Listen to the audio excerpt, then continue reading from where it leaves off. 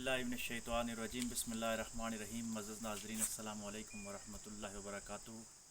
Sero fill अर्ज़ के तहत हम अक्सर ख़ूबसूरत मकामात जहाँ तक हम पहुँचते हैं हम अपने नाज़रीन तक पहुँचाते हैं।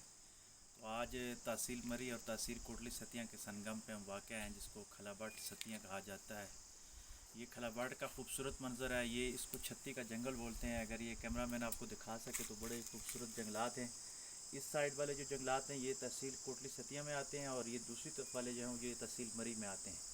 इस साइड पे महकमा टूरिज़म डेवलपमेंट कॉरपोरेशन पंजाब ने ये खूबसूरत हाट भी बनाए हुए हैं और पीछे पहाड़ी सिलसिला और साथ ही ये ऊपर टूरिज़म हाईवे जा रही है। तो इंतहाई खूबसूरत मकाम है।